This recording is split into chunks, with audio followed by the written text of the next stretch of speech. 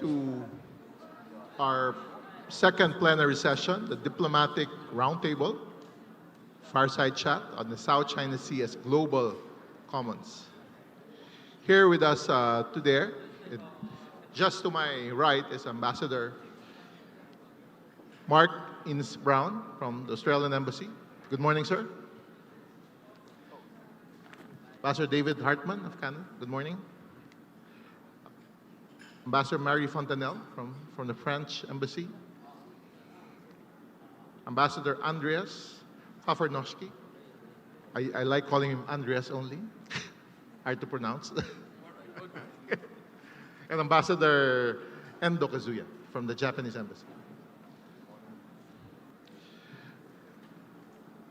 You know, incident after incident, we witness the continued disregard for international law, including UNCLOS and our 2016 arbitral award.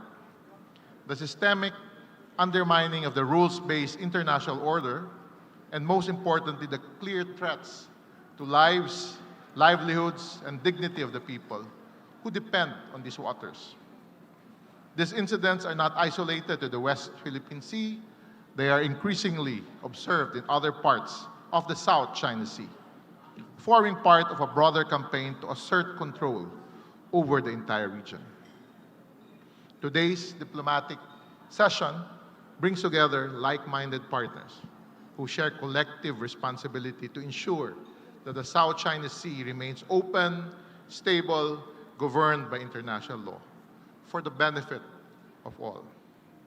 Allow me for my first question to throw to all ambassadors. What are the top 3 concerns that worry you most about the situation in the South China Sea?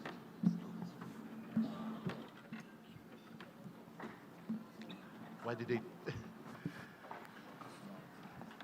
Should I do alphabetical by country? Okay, Ambassador Mark. Thank you, Dindo. I might commence. I think I've sat in the wrong seat here, which means I have to speak early on. But there are 3, from Australia's perspective, there are 3 types of concerns about the situation in the South China Sea. The first is we are deeply concerned by actions that threaten security and stability in the region. We obviously, Australia wants a peaceful region where commerce can take place and where international law is respected. The second concern is where countries pursue claims that are inconsistent with international law, where countries act aggressively to pursue activities in areas where they have no right to do so, where they actually have no right to claim territorial waters. And we also, a subset of that is also concern about activities that prevent other countries from exercising their sovereign rights in accordance with UNCLOS. And the third area is about environmental degradation in the region. Dredging and excessive exploitation of sea resources is another problem. So they're the 3 areas that do. Thank you. Ambassador David? Yes, thank you very much. So the 3 areas that are of primordial concern to Canada, the first is the risk of escalation. So the most serious response is that the situation in the South China Sea is precarious, and a miscalculation could trigger a conflict that could easily and quickly escalate. During my time in my role here in Manila, I've witnessed the increasing militarization of essential waterways in the West Philippine Sea and the use of coercive actions to threaten and intimidate other states and their commercial fleets. Moreover, the recent escalation of intimidation tactics against several ASEAN partners in the South China Sea, including Vietnam and the Philippines, continues to raise serious concerns regarding the respect for international law. All of this causes great concern that these coercive actions are becoming normalized, and with that, the prospect of an escalated conflict in the region becomes much more pronounced. The second major area of concern for us is the erosion of law, the rule of law, and its impact on the rules-based international order. We continue to witness blatant violations of international law in the South China Sea, Every violation weakens the international rules-based order and moves us closer to a might equals right model. This should be worrisome to mid and smaller states like Canada and the Philippines. We all must do our part to call out violations of international law in support of our friends, our allies, and our partners in the region. The implementation of international law, including UNCLOS, is essential to guide the peaceful resolution of contemporary maritime boundary disputes. And then the third area is, of course, been mentioned by my friend and colleague, is one of ecological disaster. With such a strong focus on security issues in the South China Sea, it's sometimes too easy to gloss over the ecological risks currently at play. In fact, Canada's objectives of promoting peace, resilience, and security in the region and addressing climate change and biodiversity loss are inextricably intertwined. They're very interconnected. The South China Sea hosts more than half of the world's fishing fleets, which are competing for increasingly scarce maritime resources, which millions of people depend on for their livelihoods and for food security throughout the region. The destruction of marine habitats and the prevalence of illegal, unreported, and unregulated fishing, combined with complex security issues, are resulting in a situation where security, biodiversity loss, and climate challenges are overlapping to aggravate and amplify each other. And then last, it's important to highlight that Canada works closely with the Philippine Coast Guard and the Bureau of Fisheries and Aquatic Resources to assist in countering IUU fishing and ensuring the survival of these critical marine environments. Thank you, Ambassador David. Ambassador Marie. Good morning, everyone. Thank you for having me, having friends in this panel, knowing that we have our overseas territories in the Pacific. So, of course, having more than 2 million citizens in the Indo-Pacific, we are concerned, particularly about what's going on in the region, in this region of the Indo-Pacific, and particularly in the South China Sea. But what we assess is the fact that what is going on in South China Sea is no different than what's going on in the Red Sea or Baltic Sea. We assess that in many parts of the world, basic freedom of navigation is hindered, obstructed, endangered, and that's probably, if I had to choose one, our main concern, because freedom of navigation is ensured by international law, and despite of this basic reality, basic fact, the reality is different. Maybe I would like to add to the conversation, because of course we are pretty much on the same line with my colleagues, so I share already a lot that's been said and probably that will be said after me. But I would like to add something that is a real concern for my government, is the lack of awareness of one major threat that we all face, which is the impact of climate change. And particularly the impact on the oceans, the elevation of the rise of the oceans, the problem of biodiversity is something that unites us. And of course, there is freedom of navigation, as I mentioned, but this very fact that we should be collectively concerned to cooperate for the preservation of our common goods, which is the ocean, is a matter of concern for me.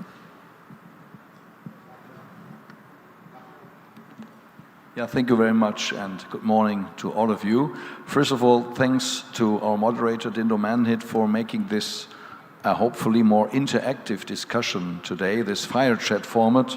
I think that is a very good idea, to have more interaction with also the audience and not having speeches after speeches. If I talk about the three top concerns Germany sees here in the South China Sea, first, let me say I think they are all interlinked. I cannot build three pillars of individual and separate concerns, because all the concerns are interlinked. But the first concern, I think the main concern, is of course that we might see in the future more instability, an eroding security situation, and even more growing disrespect for the rules-based international order. Our colleagues already referred to the many incidents we've seen in recent months and years, harassing, water cannoning, ramming, dangerous maneuvers, and that is really worrying and threatening regional stability and security. Recently, we even saw an aggravation of the situation by the declaration of so-called natural reserves in the EEZ of the Philippines, which in my view and the view of my government, further fuels instability in the region. So my main concern is indeed that this all might lead to a real confrontation one day, which not only might cause material damage, but even more damage. And of course, this might have unforeseeable consequences, and that is something we would be very, very concerned about. Let me take this opportunity also to congratulate and appreciate the position of the Philippine government, which is thriving for de-escalation and for transparency. I think these are very important factors that might contribute to stabilizing the situation. The second concern, the second top concern, if I may say so, is that an further escalating conflict in the South China Sea might set a very bad precedent for other conflict-prone regions in the world. More concretely spoken, the South China Sea and the way conflicts will be solved here are an important test case for the rules-based international order, which is under threat everywhere in the world, but particularly also in Europe. I don't have to explain about the war in Ukraine and everything that's going on there. And both theaters are interlinked. The theater here in the South China Sea and the theater in Ukraine are interlinked. Countries in Asia are supporting Russia's war of aggression against Ukraine. So this interlinkage is definitely a second top concern for me and for my government. And the third top concern is again linked to the first two top concerns, but with a more economic focus. The South China Sea is a very important trade route. Germany, as the third largest economy in the world and the largest trade partner of the Philippines in the EU, is very much dependent on free, open and secure shipping lanes. So everything that threatens this secure and safe shipping lanes is a direct threat to our welfare and prosperity, and also to the welfare and prosperity, of course, to countries and peoples in this region. So it's again all about stability and security in the region, and I think this is in danger, and that's of course a major concern for all of us and for me. But thank you. Ambassador Enda. Magandang umaga po sa inyong lahat. I feel a bit fortunate today that I'm representing Japan. J for Japan is not necessarily in the latter half of alphabetical order, but I'm the one to make the comment last. But responding to Dindo's question related to our concerns over South China Sea, our foremost concerns related to South China Sea is preservation of the regional stability and the maintenance of the rules-based maritime order. Japan, like the Philippines, is maritime nations where histories, economies, and the future are deeply shaped by the ocean, sea. And we are also a very close neighbor to the Philippines and to many of the Southeast Asian countries. So we are very much concerned about the regional stability and the maintenance of the rules-based maritime order. 24% of global maritime trade passed through the South China Sea in 2023, according to one of the statistics, and $5.3 trillion worth of commercial goods transit annually. And the region handles 45% of global crude oil shipments and 26% of automotive trade. So any disruption of this global commons is a legitimate concern for the international community. And that's why Japan is very much looking closely at various issues related to the maintenance of stability and the maintenance of maritime order in the South China Sea, including COC negotiations. And we are also very concerned about the continued militarization and the intensifying coercive activities that threaten regional stability, as well as attempts to change the status quo by force or coercion. And we recognize that any maritime claims or activities that are inconsistent with the UNCLOS are unacceptable, and we hope that every countries can respect and support the enforcement of the rules-based maritime order. Thank you. Thank you, Ambassador. Just as a follow-up to all our dear ambassadors, given the continued erosion of the status quo, do you believe the South China Sea disputes can still be resolved peacefully and in accordance with international law? Are you optimistic? Are you pessimistic about it? Maybe I should start in the middle, Ambassador Marie. Difficult question for ladies first, indeed. Yeah, I mean, we have to consider that the dialogue and the peaceful means of resolution of bilateral disputes is the only way. I share with my colleagues the concern about the risk of escalation. And at the same time, there is no other way than cooperation, dialogue. So yes, bilateral disputes should continue to seek to be resolved peacefully through dialogue. If I'm optimistic or pessimistic, which was your question, it's probably not the role of diplomats to be either optimistic or pessimistic, because our job is to see the world as it is and to act to make cooperation happen. So I'm driven by my focus on action. What maybe could be a matter of optimism, or at least I should rely on those two facts. First of all, international law continues to grow, to increase. And I would like to mention the huge diplomatic and legal success of the ratification of the BBNJ Treaty, Biodiversity Beyond National Jurisdiction, that was achieved in the UN Conference on Oceans in Nice and in the late UNGA. The treaty will enter into force in January. It will continue the path of enabling cooperation, collective duty and collective cooperation in the high seas. I see that mere fact as a matter of optimism, because international law, even though there are challenges, more states, a majority of states continue to believe that we should continue increasing international law. And the second maybe matter of optimism is that international cooperation is also growing, particularly in this region, in the South China Sea, thanks to the Indo-Pacific strategy that the French President of the Republic launched in 2018. France and Europe afterwards definitely shifted priority towards this region, and we have intensified our cooperation as regards defense and security, but also trade, economic cooperation, together with the EU partners through the Global Gateway projects, for example. We are doing more and more. So I want to see those two mere facts. International law is growing, cooperation is growing as ways to be optimistic. Thank you, Ambassador. Ambassador David, I'll go now by alphabetical based on names, family names. Okay, thank you.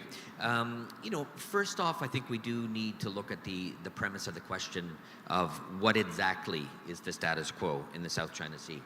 I would argue that the status quo has, as of late, seen Chinese control of the maritime environment and has been more or less this way for the last 4 years. So I'm not sure that we can continue operating under the status quo. That said, I am, and Canada does remain optimistic, that we will reach a point where disputes in the South China Sea can be resolved peacefully and in accordance with international law. As I think has been argued and will be articulated throughout the course of the day, the need for a cohesive and proactive approach to these challenges has never been more urgent. I know that the Philippines is putting a great deal of political capital into the negotiations on the long-awaited Code of Conduct for the South China Sea during their ASEAN chair next year. President Marcos has even said publicly last week that he would be willing to invite President Xi to the Philippines should the Code of Conduct be agreed upon, and that indeed would be a most hopeful sign. However, it is important, so overall we remain optimistic, but it is important not to confuse a sense of optimism with a sense of naivete. And I know that this will be a difficult task that has confounded many governments and many officials throughout the years. And in fact, one could argue that it is fundamentally the raison d'etre behind this conference today, to have and to bring together subject matter experts to discuss these issues, to find paths towards a peaceful resolution of disputes, to find common ground amongst ourselves. However, to reiterate, in the absence of a set of defined rules of behavior, the international community must remain resolute and be ready to defend international law from those actors who are willing to push the boundaries of it. Thank you. Ambassador Mark. Sure, thanks.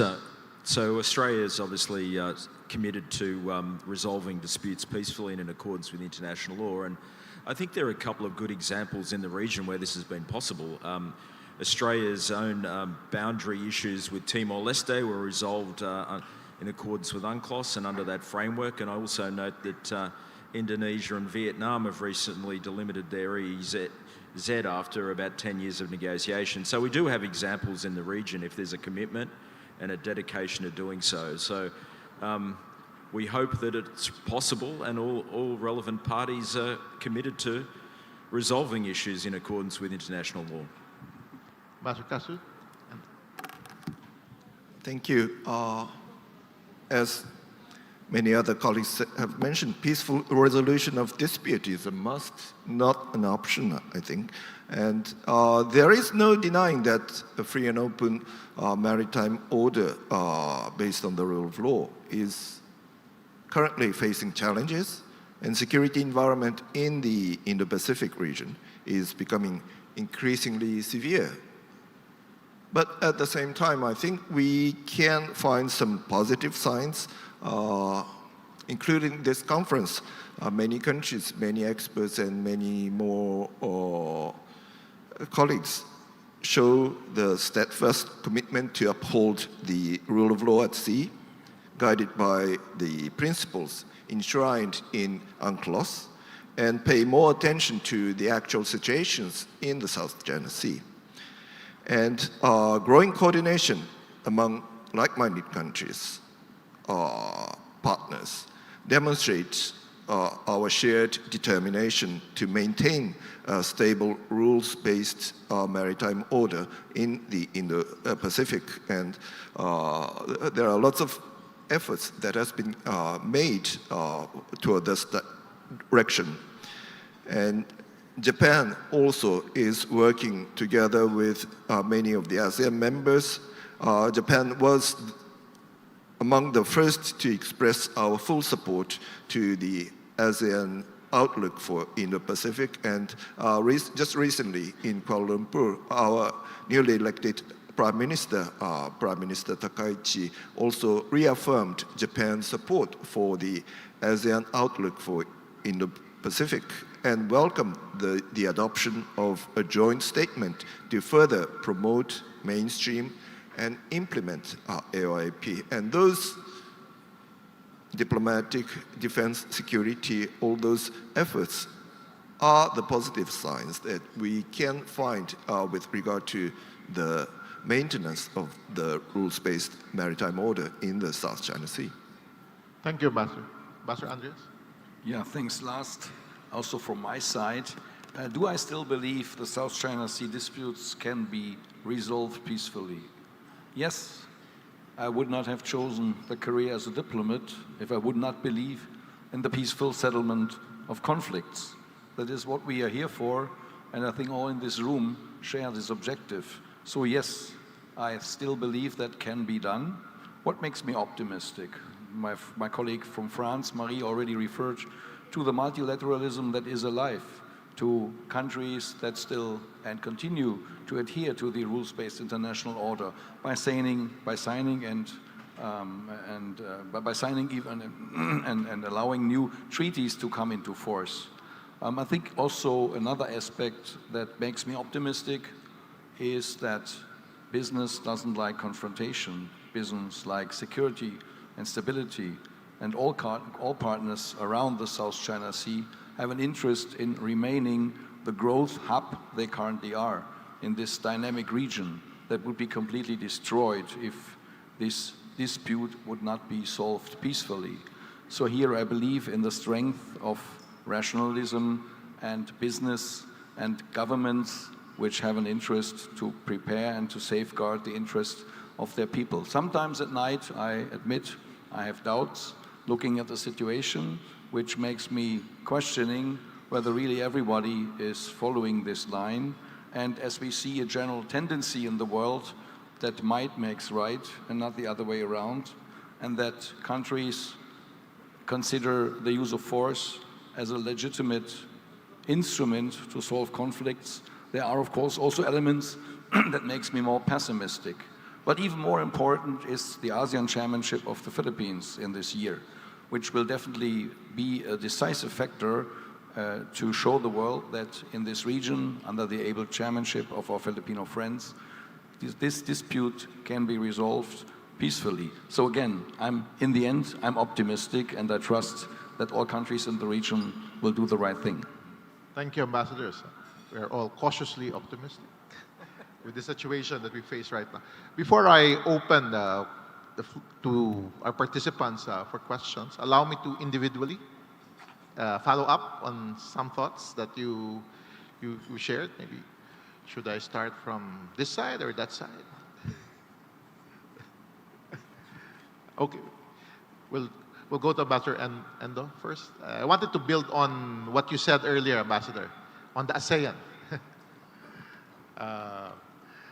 You mentioned that during the recent ASEAN summit, of course, we had the new Japanese Prime Minister, Sanei Taikichi, expressed strong concern over actions that infringe upon Japan's sovereignty in the East China Sea, alongside continued militarization and coercive behavior in the broader South China Sea. Given the shared maritime security challenges between the Philippines and Japan, how can we further strengthen our strategic alignment in defending international law, particularly UNCLOS and the rules-based order in our maritime Indo-Pacific region? Sorry, question is between Japan and the Philippines. The Philippines? Yes. Okay. Thank you very much for the question. First of all, at this occasion, I would like to emphasize that President Marcos was the first foreign leader for our newly elected Prime Minister to meet face-to-face. So that also shows the very importance of the Philippines for Japan's foreign security defense-related matters. And with regard to how we can further enhance our cooperations with the Philippines in the maintenance of rules-based maritime order, we've been making a lot of efforts so far in this context. It's been more than 20 years since we started our very concrete collaboration with the Philippine Coast Guard to enhance their capability for the law enforcement. And Japan, as you know, recently, our two countries have entered into force of the reciprocal access agreement that enhances the interoperability of the two forces between the Japan Self-Defense Forces and the armed forces of the Philippines, which should also be beneficial for the maintenance of the rules of law, the maintenance of the peace and stability in the region. And if I continue to count, there are so many of these kinds of efforts that Japan has been making and will continue to be making. And under our new leadership, I think Japan will continue to expand and deepen our collaborations with the Philippines, not only in the security defense related sectors, but also in the economic development as well. And that I'm quite confident that those will be the pathways that we are going to follow. Thank you, Ambassador. I'll go to this side of the panel. Ambassador Mark. Just last August, the Philippines and Australia signed a statement of intent to pursue a defense cooperation agreement, marking a significant step towards deeper security engagement.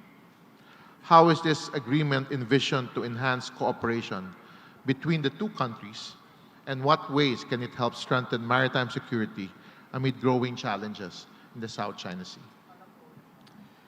Thanks, Dindo. Australia and the Philippines have long had security cooperation. For those that don't know, Australian forces were heavily involved in the liberation of the Philippines at the end of World War II and have had significant cooperation with the Philippines ever since. That relationship has grown over time. In 1995, we signed a Defence Cooperation Agreement, and since that point, it's also expanded. The breadth and the depth of the cooperation has grown, and the situation has evolved. So we decided, our two defence ministers decided that we needed to refresh the agreement and develop a new agreement that responds to that significant expansion of cooperation, also the evolving environment. So that'll be developed over the next 12 months. There are a range of elements envisaged in it, including expanding our cooperation on maritime domain awareness, on joint operational planning, on cyber, some infrastructure, and a range of other areas. And it reflects, I think, the fact of the growing alignment and worldview and interest between Australia and the Philippines. And all those sort of activities that I mentioned that are envisaged, in which we'll do more together, will obviously also have a dimension in the South China Sea in terms of our maritime cooperation, which I might say is extremely strong. Just last week we had a joint maritime activity with the Philippines and also New Zealand, the United States, and we've been doing that periodically for many years actually, and we'll continue to do that, and that's what these sort of type of cooperation that we're envisaging will continue. Thank you, Ambassador Mark. I'll go to Ambassador Andreas. For my follow-up question, Germany, along with other members of the European Union, is a major trading partner of countries surrounding the South China Sea. Given this, what cross-regional strategies or cooperative mechanisms would you suggest to help ensure the unimpeded flow of trade, the protection of the freedom of navigation, and the safety of commercial vessels operating in these critical waters of the South China Sea? Actually, yes. If I understand that this is a recommendation, yes, we would definitely do that, and we would definitely agree with that. As you know, the European Union is currently discussing a free trade agreement with the Philippines, has already concluded one with Indonesia, and is negotiating with other countries in the ASEAN region, which is a clear sign that free trade, the free flow of goods and services, mainly of goods, is of major importance. And our experience, our historical experience also is that this helps to preserve peace and stability. As I said in my earlier remarks, business is definitely a stabilizing factor, and the more we can promote and instigate business, the better it is. That meaning trade flow is something which might definitely contribute, and that's what the European Union is aiming at together with its member states. I hope this answers your question, Dindo. Thank you. Yes, Ambassador. Ambassador David, Canada and the Philippines recently signed a status of a visiting forces agreement. How will this agreement be operationalized? Maybe broad ideas. What initiatives can we expect as both countries deepen cooperation to support maritime security and regional stability? Thank you very much, Dindo. Just in fact, in the most recent days, our governments did sign our status of visiting forces agreement. What it'll allow us to do is to interoperate much more with a greater degree of frequency. It'll allow us to train more effectively. It'll allow us to do a lot more interoperabilization of both of our teams. I think you'll see the progress on this visiting forces agreement kick off very quickly. Canada has committed here in a very significant and robust way. In fact, just the week after next, we'll have the head of our Defense Academy here for bilateral discussions. Already we have exchanges at the officer level, at the working level. We continue to engage in a lot of robust training. We will engage, I think, here with the Philippines in a very significant way in the provision of relief towards national disasters, HADR and other areas of interoperabilization between our two countries. And so I think it'll allow us in a very formalized way to codify, it has codified our engagement together. So you will see a continuation of joint maritime cooperative activities. You will see a greater engagement here, participation in regional military exercises. So for next year's Balakatan exercise, Canada expects to be one of the largest participants in that exercise. So again, I think what this status of visiting forums agreement will allow is just a continuation of the very robust engagement that we've had for the last number of years. Thank you, Ambassador.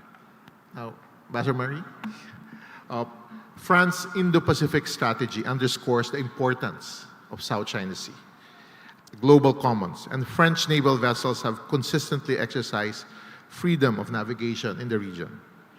As a resident Indo-Pacific nation, what initiatives or contributions can we expect from France to help ensure that the South China Sea remains open, stable, and governed by international law? Basically, by exercising our freedom of navigation, indeed, and you were referring to a number of port calls or exercise, bilateral exercise, for example, between the French Navy and the Philippines lately. You will probably see more and more, according to our Indo-Pacific strategy I was referring to, of these kind of interactions in the region. We had last year the great privilege of welcoming our aircraft carrier Charles de Gaulle for the first time in the Philippines. It gave, again, plenty of opportunities for the two navies and the two armed forces to interact, to get to know each other better. And this is something that contributes to this will of cooperating more as a tool of ensuring peace and stability in the region that we will all benefit from. And so together with the Philippines, but it's the same path with other countries in Southeast Asia, France wishes to increase the level of our partnerships, to enhance the level of the partnership. And I would like to end by referring also to the last Shangri-La dialogue, where President Macron was a keynote speaker, 1 year after President Marcos was himself keynote speaker in the Shangri-La. And President Macron really called upon a strengthening of ASEAN-Europe alliance. And I think this is something that we will continue working on, how we can improve ASEAN-Europe cooperation. Thank you, ambassadors, for allowing me to share some of my personal questions to the three of you. I'll ask our participants, and I see Commodore Tariela raising his hand there. Maybe you can start, Commodore J.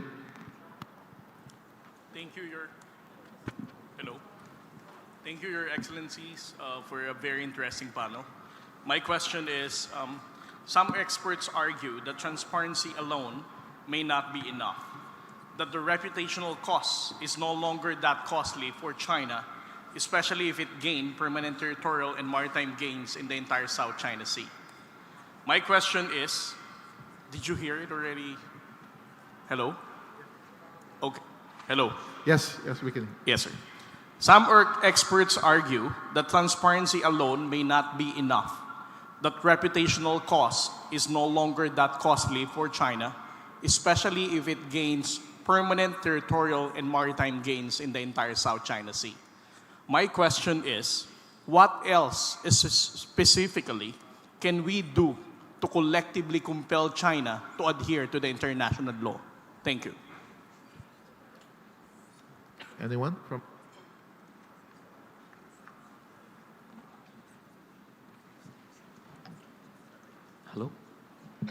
Yes, I think what we can continue to do is, frankly, what the greater number of the members of the like-minded international community have continued to do, is to continue to march in lockstep, to continue to press for the sanctity of international law, the rules-based order, and to reiterate to our respective peoples and to reiterate to the international community how important these issues are. That even for those countries that don't physically reside, that are not, Indo-Pacific nations, that we all have equities involved in this, because it really does relate to the underpinning of our international system, our renewed commitment to multilateralism, to working together collaboratively, and to try and resolve all of these issues peacefully. But we must acknowledge the challenges that exist. We must find mechanisms and ways to discuss them. We must continue to speak. We must continue to speak, amongst ourselves together, and even in those very difficult conversations where we will fundamentally, disagree, we need to find that path forward. My country is premised on a notion of reasonable accommodation. And it's something that Canadians take very much to heart. Our two founding European peoples, in addition to our indigenous population, were English, French, Catholic, Protestant. Somehow we found a way to find reasonable accommodation, to find a consensus somewhere in the middle where there are some challenges. Of course, and now as a very multilateral society, we continue to find ways to engage and reflect diversity of opinion. But we must hold ourselves to account to the law, international law, and to conventions to which we have all subscribed of our own volition, and that when there are rulings that are rendered by international tribunals and panels, that we all have to agree to respect to them. And I think if you go back fundamentally to some of the points that my colleagues made on this panel, if we talk about our collective prosperity and the prosperity of the international community, this region of the world is of paramount importance to that. We cannot collectively allow disruption on a grand scale to continue to take place here. This is one of the most important regions of the world. We see it. The world, the global community is inextricably intertwined. And so again, we will double down on our efforts to continue to speak with candor and frankness, always with tact and diplomacy, so that we can find ways to peacefully resolve disputes that exist. But the commitment to international law, let me be explicitly clear, is of paramount importance. And indeed, for us, it is sacrosanct. If I may come in, Jay, thank you for the question. I understand where you're coming from. You say it is not enough what we are doing. What are further options that can be explored? But let me start by saying I think what has been done and has been achieved, particularly over the last 2-3 years, is already very impressive.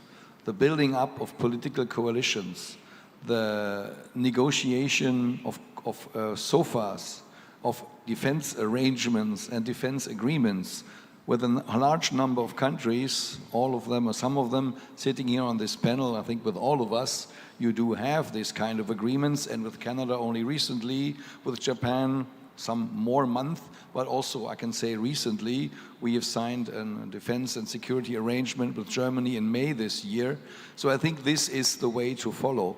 Building coalitions that are not only coalitions in conferences like this, but really coalitions on paper with concrete contributions, training of military, exchange of information, participation in exercises. I think this is the way also to go in the future.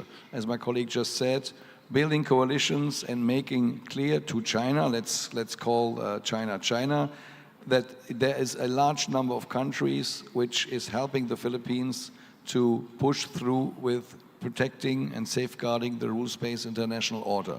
I think this is the way also to follow in the future. And the Transparency Initiative, in my view, has helped a lot to make all of us clear what's going on in your waters. A last remark on that maybe. I'm not here to give any recommendations or teach the Philippine government what to do, but we are here in Manila. I think we are all very well aware of what's going on, and we are in constant contact with the government. But reaching out to our governments via your embassies on the level of, bilateral relations also outside of Manila might further help to raise the issue higher on the agenda of our governments, meaning lobbying for the case, also in other fora worldwide.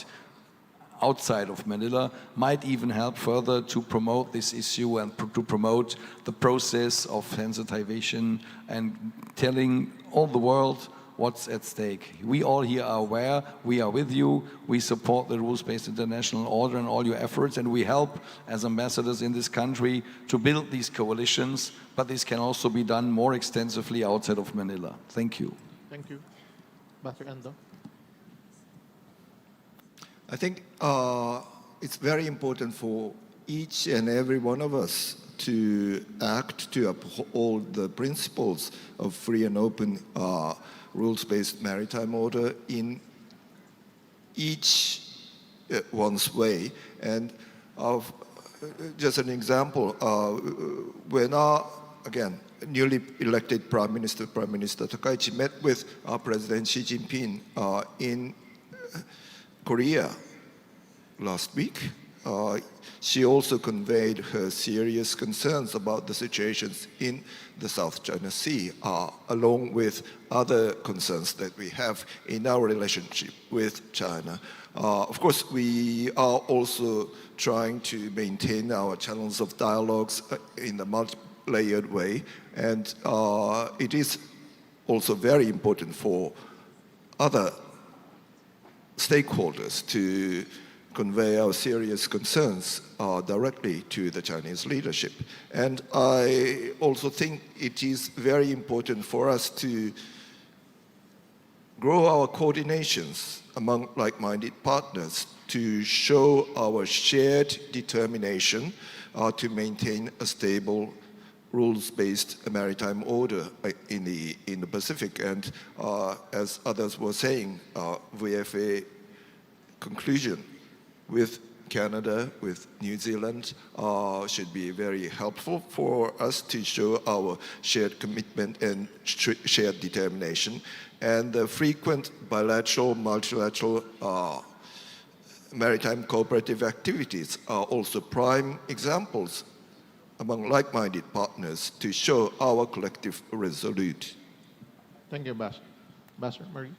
Yeah, thank you. And to add to the conversation, and I'll try not to repeat what my colleague just said, but you were saying, Jade Ayala, you just say that transparency is not enough, but it has achieved a lot already. I really second what my German colleague said, and I will talk not only here, but seen from a European perspective. The public opinion has really started knowing more about what's going on. And of course, we have a public opinion really focused in Europe about our domestic issues and also about the war in Ukraine, which is top priority.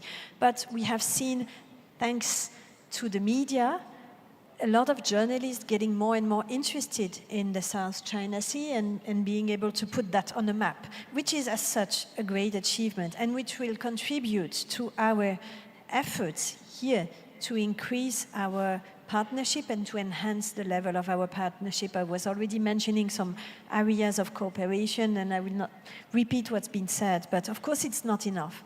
But we have to acknowledge also that it has been really helpful over the past years to contribute to raise awareness and to contribute to increase the level of our partnerships. Thank you, Ambassador. I think we go to, there's a first question that I took note of here. Then I'll go to Mr. Ko. Yes, ma'am.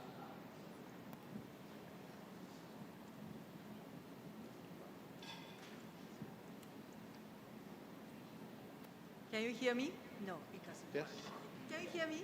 Yes. Okay, thank you very much, Atsuko Kanehara. South China Sea is a global common, and international cooperation is strongly required. It is true. But how to enforce, how to realize it? This is a very big issue from a legal perspective.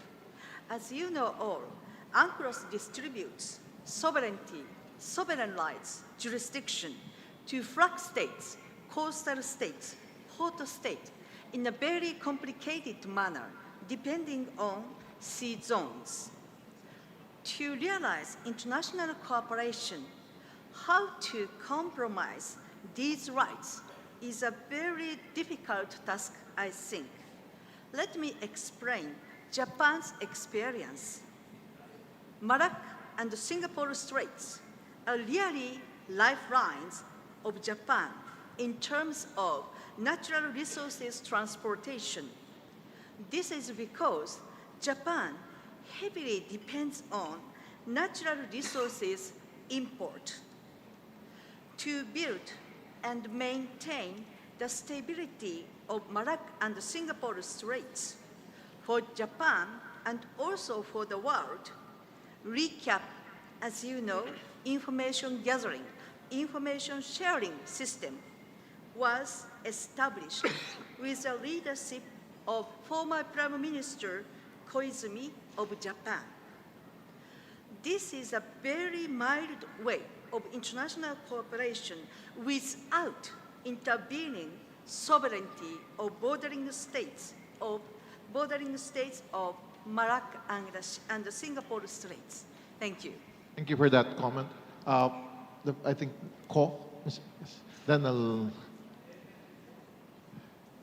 Yes.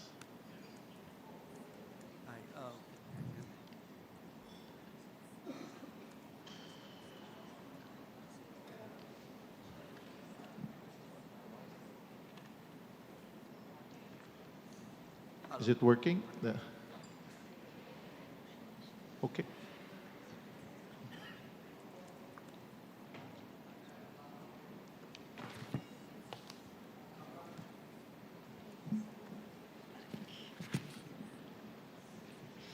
Okay. While we're waiting, is it working now? Can you hear me? I see a hand. Yes, please.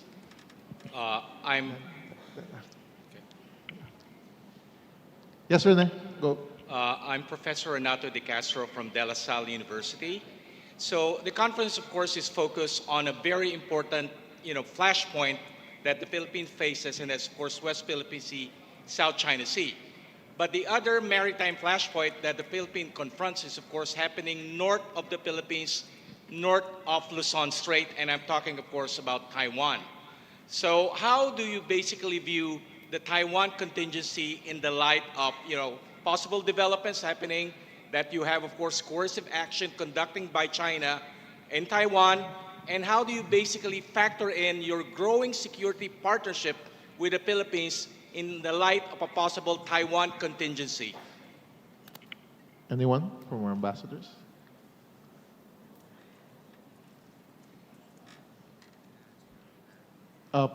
Rene, Dr. De Castro, can you be more specific on the question? Well, number one, the Philippines, of course, faces a contingency in terms of the South China Sea, but of course, we also are confronted by another contingency north of the Luzon Strait, and that is Taiwan.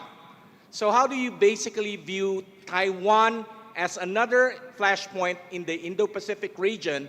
And of course, all of the countries that you present has a security partnership with the Philippines. How do you factor in that security partnership in the light of a possible Taiwan contingency in the near future?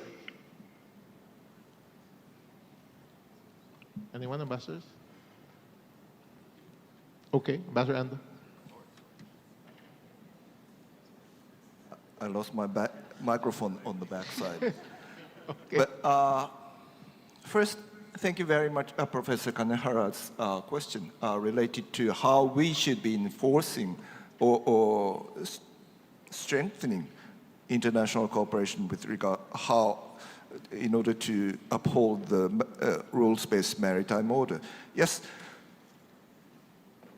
having very appropriate rules, regulations is one thing, and having capability to enforce or to have enough capacity to digest the related information is another thing.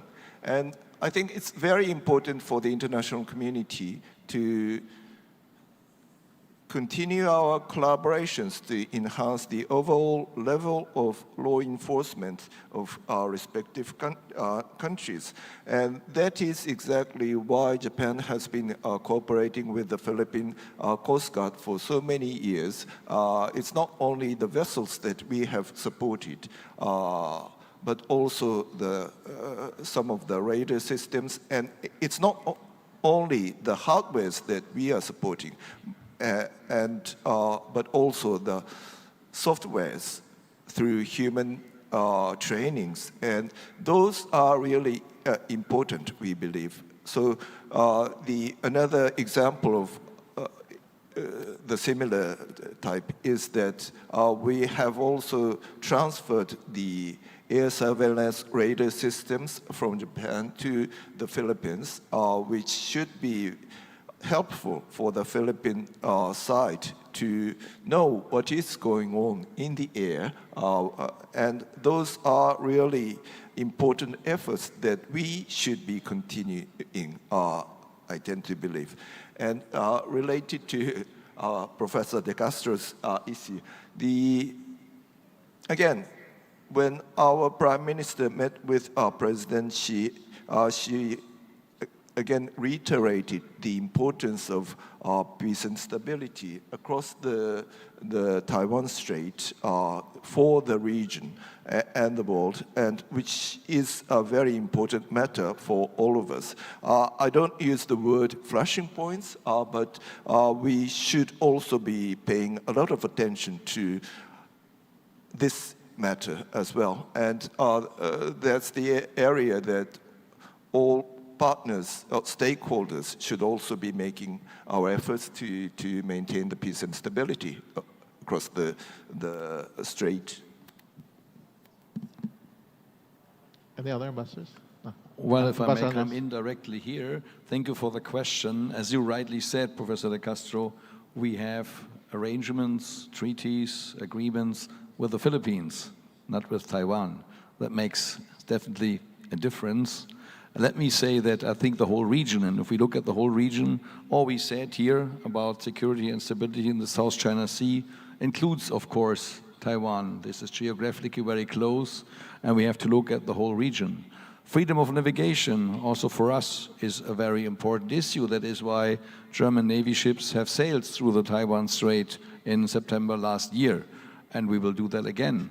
So we see this all in context, yes, but as the ambassador to the Philippines, I will not explore our security cooperation with Taiwan, where we have no agreement and will probably also not have an agreement. Thank you.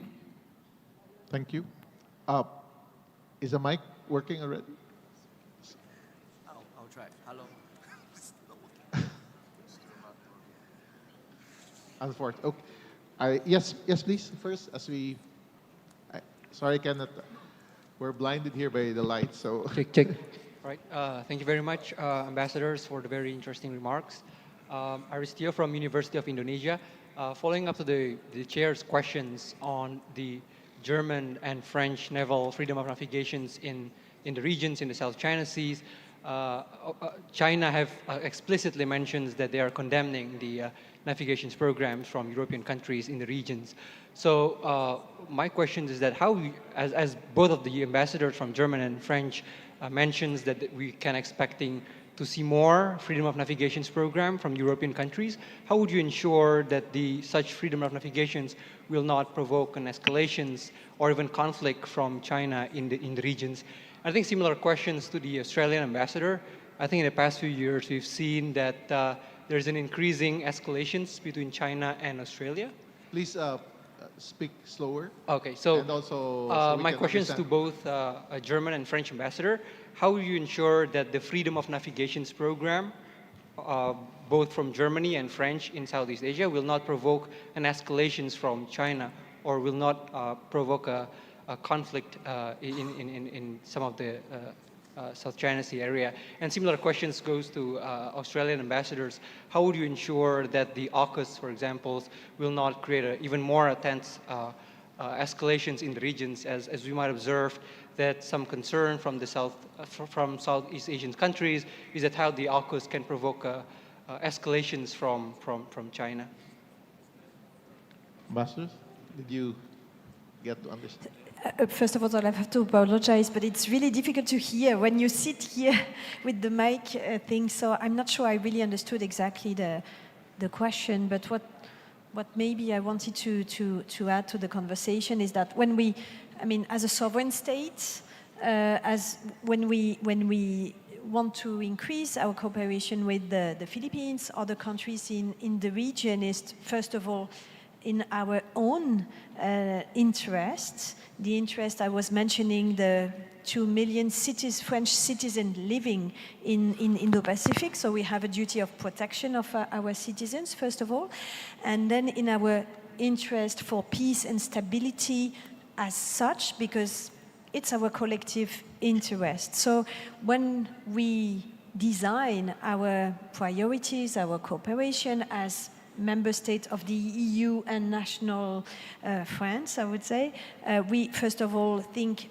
on ourselves, directed to ourselves, and we don't act naming or pointing any other specific country. So the cooperation you see is increasing because it's in our bilateral interest with the Philippines to gain autonomous strategy, which is, you might know, the compass of France for a long time, to gain national and European autonomic strategy.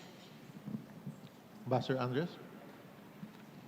Well, not much to add to what my French colleague said. Indeed, I also had difficulties in really capturing the question because acoustics here on the panel is not easy.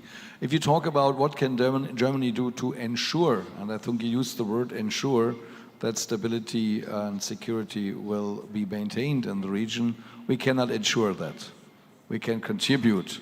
We all here try to contribute to making this region as peaceful and stable as possible. That is why we have concluded the defense arrangement. That is why we had port calls here. That's why we intensify our cooperation with the armed forces of the Philippines, and that's why we had supported and will continue to support the Coast Guard with different projects. But we will never be able to ensure. We can only contribute. I hope this answers the question, but again, I had difficulties in capturing the question completely. Thank you. Is it working now?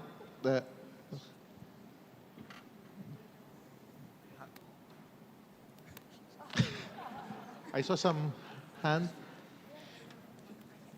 Sorry, I cannot read. Oh, here. Sorry. Please. I'll go back to the left side. Okay. Can you hear me? Yes. Yes, please. Okay, so thank you. My name is Mateusz Hatysen. I am a research fellow at the Center for Asian Affairs in Poland. And actually, I would like to address one question to ambassadors of France and Germany. So basically, I would like to know, what do you think about the idea to designate the South China Sea as a maritime area of interest within the concept of coordinated maritime presence of EU in order to increase collective engagement of EU in the region. And basically, due to the fact that pretty much most of European countries support actively or passively acknowledge the 2016 arbitral ruling, it should be quite easy to achieve consensus to push forward this idea. And I want to know, what do you think about this proposal? Thank you very much. Who are you specifically asking to? Ambassadors of France and Germany. France and Germany. You're quite popular. So I did not, again, sorry, get the exact question, but you were referring to the EU strategy in South China Sea, in the region. I just wanted to mention and to refer to the fact that indeed, as European Union, not as my national capacity, there is also a will to strengthen the level of cooperation with the Philippines. Clearly, Kaya Kallas, our High Representative on Foreign Policy, was here in Manila last June, and together with the Filipino authorities, the EU decided to put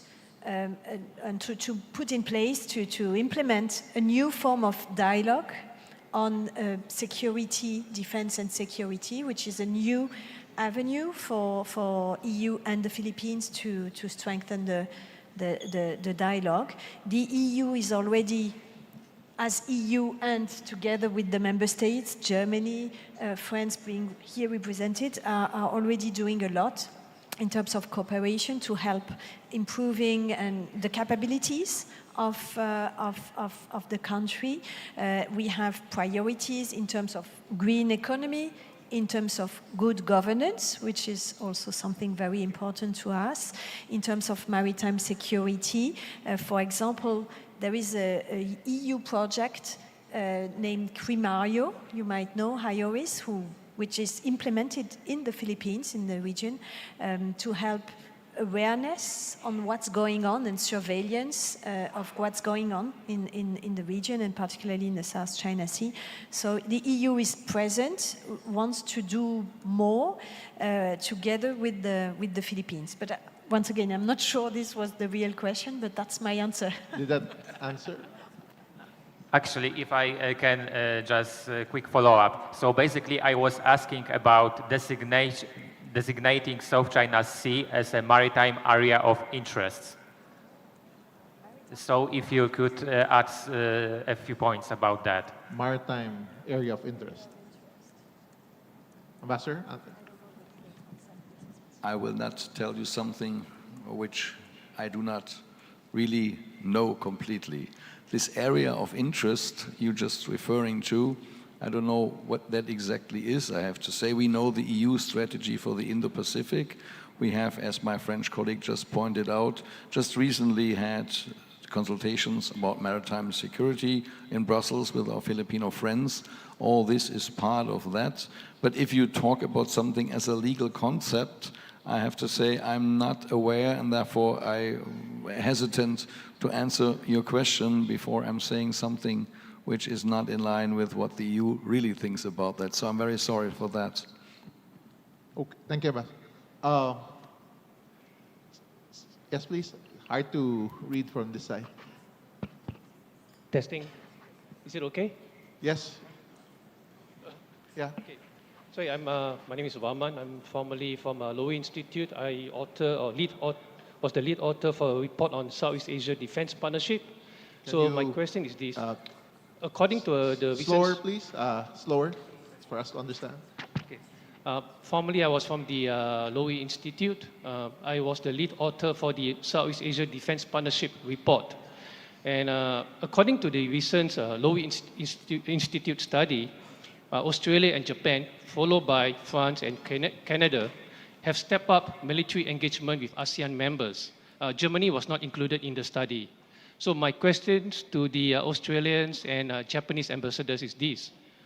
Do you think ASEAN's centrality will be undermined given the increased military activities in the region by external powers?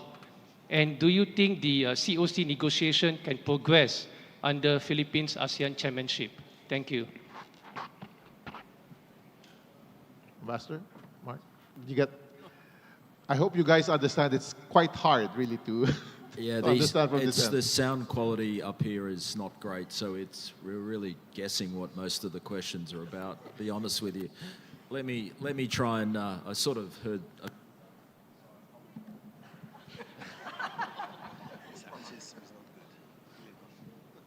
Take two. So, what I would say is, in response to that, Australia is investing in its security partnerships in the region, and it's a collaborative process. It's not a one-way street. So we're doing that. There's obviously a commonality of interest and a commonality of desire to expand security cooperation on a range of issues with a range of partners in Southeast Asia. So I think that is one dimension. I would also say that we're also working with the region on a significant body of work we've been developing is in conflict prevention, and you might have seen there was a Australia-ASEAN statement just last week in Kuala Lumpur about that, and it, in the statement itself, it does commit Australia and ASEAN partners to enhancing our cooperation in a whole range of areas based on ASEAN centrality. So it's certainly something we're working on. It's a priority for our foreign minister. But all these activities are done jointly, as with the Philippines. I mean, we've expanded our cooperation with the Philippines, and that's a desire of the Philippines government and a desire of the Australian government. There's nothing nothing mysterious or nefarious about it.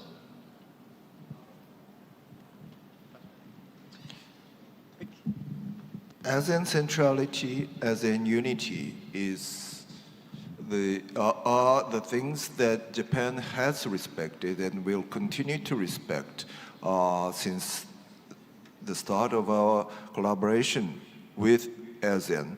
And I think it's very important for us always to bear in mind the respect for those ASEAN centrality and unity. And at the same time, of course, we also conduct lots of concrete, tangible cooperations with each member states of ASEAN, which would not contradict at all with our very strong respect to the ASEAN unity, ASEAN centrality, I tend to believe. Thank you. I'll move to this side.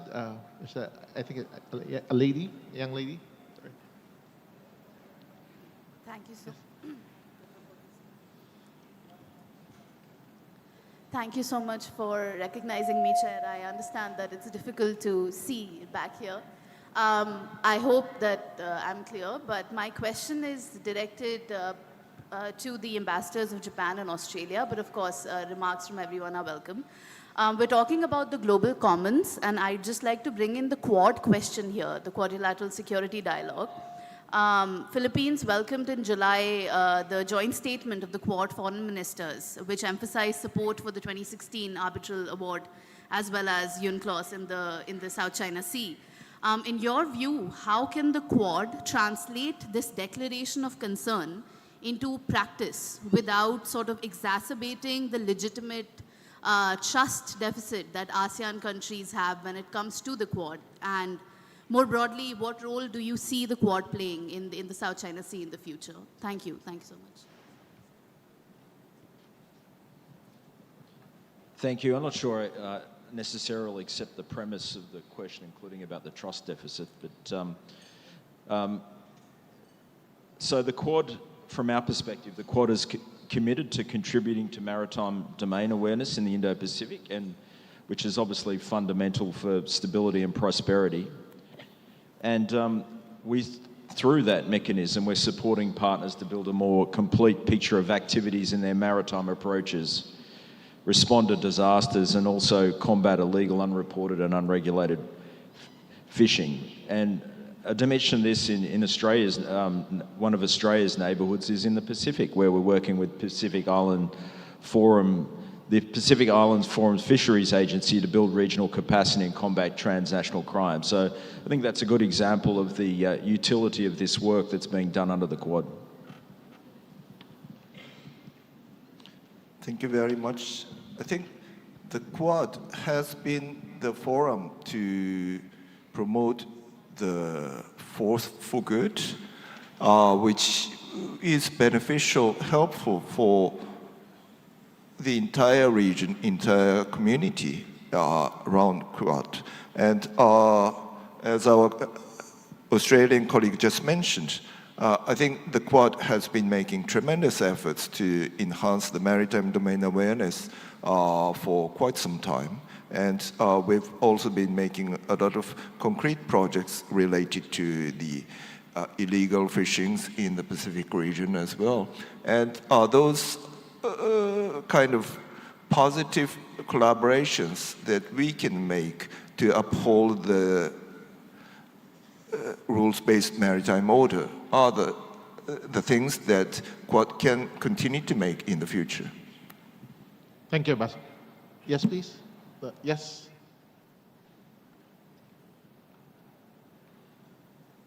Is there a microphone there?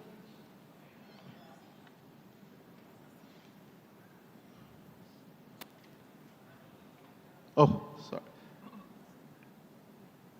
What about Mr. Is it working now? No? Hello? Okay. Okay. Hi. Hi. Thank you, His Excellencies, Her Excellencies. My question is, my question to all the panelists.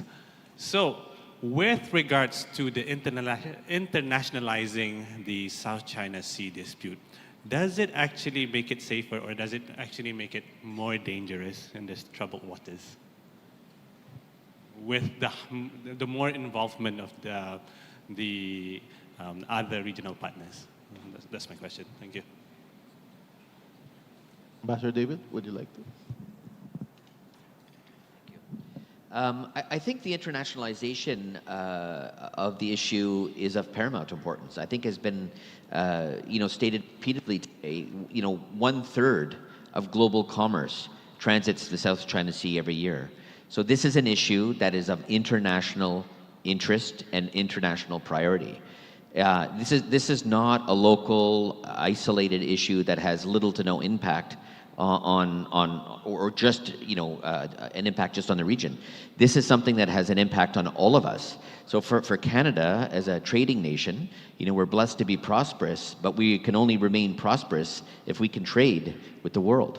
And in this particular region of the world, and in ASEAN in particular, this is an area where Canada can be a dependable, reliable supplier to our partners in the region of sources of energy security, food security, etc. And so I think by its very definition and by its very default, this is at its essence an international issue that has a great degree of bearing on the entire international community.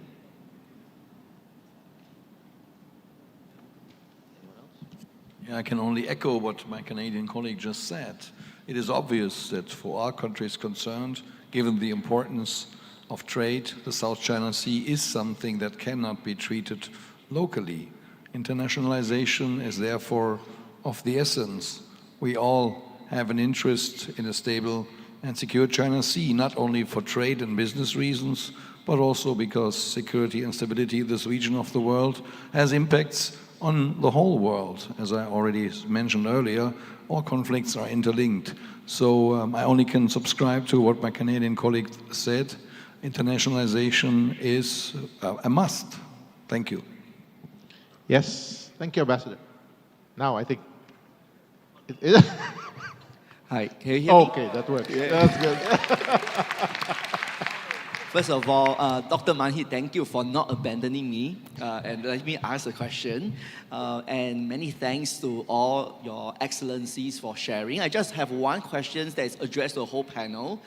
Anyone could answer that. And that pertains to the code of conduct, which was envisaged to be concluded next year. So I just want to ask some sub-questions here. First of all, are you optimistic that it will come out next year?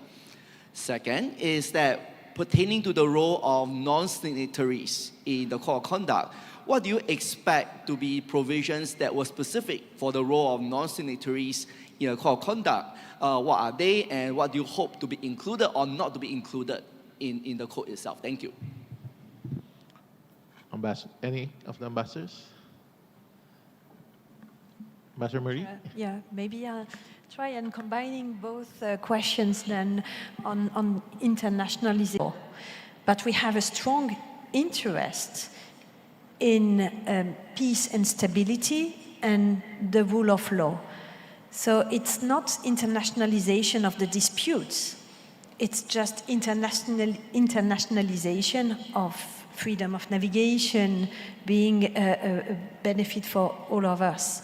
And referring to the code of conduct, it is precisely all the more important to finalize this code of conduct for the ASEAN countries. I'm not part of it, so I'm really humble in saying, and I cannot say if it will be achieved or not. I'm not party to that discussion, but precisely it's a multilateral approach, giving a framework to dialogue that will then help to settle bilateral disputes. And this is important to recall the fact that indeed the multilateral dialogue, the multilateral forum, the dialogue is key in implementing the freedom of navigation within Southeast Asia. Ambassador. I would also like to echo with my French colleague, but the Okay. First, the issue concerning the South China Sea is directly related to the peace and stability of the region, and it's a legitimate concern of the international community. So I think it's more important for the international partners to show our shared commitment to the rules-based maritime order. And secondly, with regard to the COC, yes, it is negotiated among the ASEAN members and China, so we are not at all the party to that. But we believe that COC should be effective, substantive, and consistent with the UNCLOS. And we see that it would be very important for COC to respect the legitimate rights and interests of all stakeholders involved. Thank you. Thank you, Ambassador. Any question here, please? Yes. Thank you so much to allow me to give the questions. So I would like to introduce myself a bit. My name is Captain Thanawat Somjit. Call me James. Actually, I'm from Thailand, Thai Maritime Enforcement Command Center. My question is belong to the friend ambassador, please, Her Excellencies, regarding your mention about High Sea Treaty, or BBNJ Treaty. So do you think of the freedom of navigation could be a challenge? The first question, do you think of the freedom of navigation on the high sea could be a challenge? And the second thing is, how could the global maritime community balance right between freedom of navigation and protection of marine biodiversity within the area beyond of national jurisdiction at the high seas? Thank you so much. Thank you. Yes, Ambassador. So I think, once again, I want to state that it's a great achievement. First, the finalizing of this BBNJ treaty, it took time, like UNCLOS negotiation took time at the time, but it's really now that it will come into force, it really opens up for new areas of collective action in these high seas areas. And I think we have not, probably all of us haven't yet imagined to what extent it could be a strong push, a strong drive for international cooperation, for thinking through collective multilateral marine protected areas, for example. So it will enable us, I think, to go a step further in acknowledging and managing our common goods that are the oceans. I don't see the exact link in your question with the question of freedom of navigation, but if you could maybe give me a precise question on this. Yes, follow-up, to be more specific. Okay. Let me clear. First of all, thank you for your Her Excellency. Let me clear that I just curious to know the freedom of navigation on the high sea could be the challenge of the High Sea Treaty. Thank you so much. No, I think it's the exact opposite. It's precisely because we recall through international law that it's high seas don't belong to anyone. It's a collective sovereignty, but also a collective duty to ensure freedom of navigation and protection of biodiversity at the same time. And there are challenges that could be continued to be settled through international law or international discussion in fora, as regarding, for example, deep sea mining or these kind of issues that are still a challenge but still need to be discussed. But I'm positive. Thank you. Maybe my last question from this side. Yes, it's been covered by the camera, so I can. Okay, please. Yes, ma'am. Oh, Mike doesn't.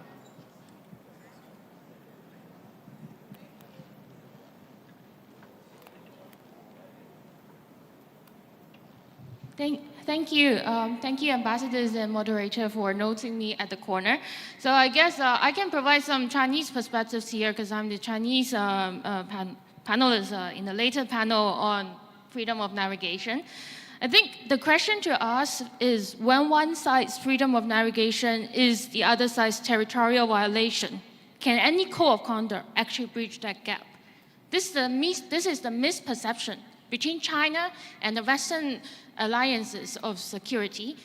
The US has written it very clearly in its national defense white papers and a lot of its naval strategies that it is for the US to maintain a forward deployment advantage in the Indo-Pacific and especially in the South China Sea. For the US and its allies to maintain their alliances in the region and also a very prominent presence of military presence. So let me just put it this way. Each FONOP and joint military drill reinforces Beijing's concern about territorial containment while strengthening Manila resolve, but reducing both sides' incentives to compromise. I think if you look at how China handles the maritime disputes with Vietnam and other claimant states, China prefers a bilateral negotiations, and it worked with Vietnam. Why it didn't work with Philippines? Because of the freedom of navigation operations, the joint military drills the US and its allies conducted with Philippines, that is driven China to be concerned because Beijing views the freedom of navigation operations as territorial intrusions requiring defensive response. And that is exactly why we are so concerned when we see the two US naval aircraft crash into the South China Sea. Question, please? So I guess that's my comments and feedbacks about Chinese perspectives because I think that is exactly what is being lacking in the panel of discussion. Thank you. Okay, thank you. But my final here? Yes.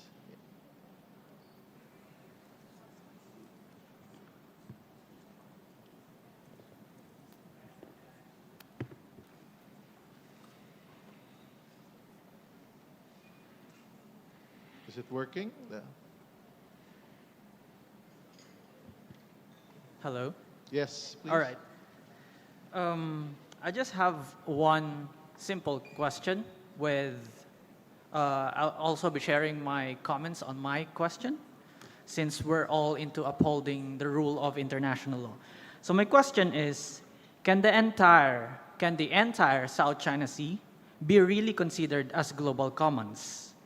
Because the entire South China Sea covers territorial seas where freedom of navigation is not allowed.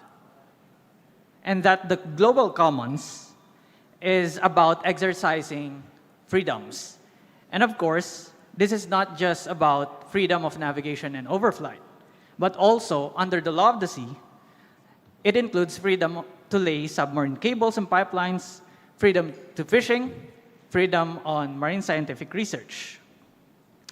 Also, global commons in international law covers the high seas, the area or the deep seabed, the Antarctica, and the airspace above the high seas, which under the law of the sea convention, high seas and the area are already areas beyond national jurisdiction, where it is already covered by the BBNJ Treaty expected to be enforced in January 2026.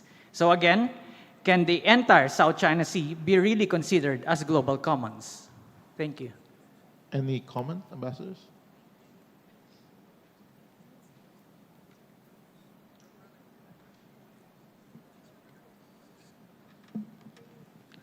I can.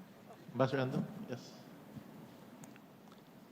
Simple way of responding to the question is that it depends on the definition of the usage of global commons. And of course, there are various kinds of sea areas included in South China Sea, including territorial water,